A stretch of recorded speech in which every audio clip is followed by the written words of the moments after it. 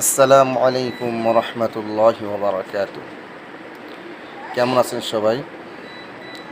আলহামদুলিল্লাহ, পবিত্র মাহে রমজানে আশা করি সবাই ভালো আছেন।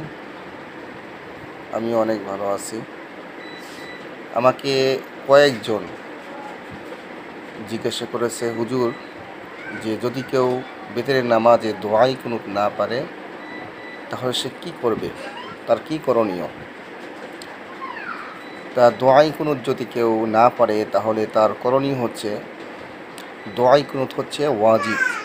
বিতের নামাজে দোয়াই কুনুত করা হচ্ছে ওয়াজিব। যদি কেউ দোয়াই কুনুত না পারে তাহলে তার নামাজ হবে না।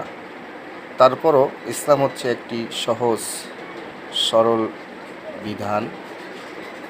যদি কেউ একান্তই দোয়াই কুনুত না পারে, শিখেনি, তাহলে সে এই দোয়াটি পড়বে, রব্বানা আতিনা ফিদ দুনিয়া হাসানা ওয়া ফিল আখিরাতি হাসানা ওয়া কিনা আযাবান নার।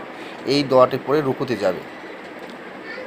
আর যদি এটাও না পারে তাহলে সে পড়বে, আল্লাহুম্মা গফির লানা, আল্লাহুম্মা গফির লানা। এই দোয়াটি 3 বার পড়বে, অতঃপর রুকুতে যাবে।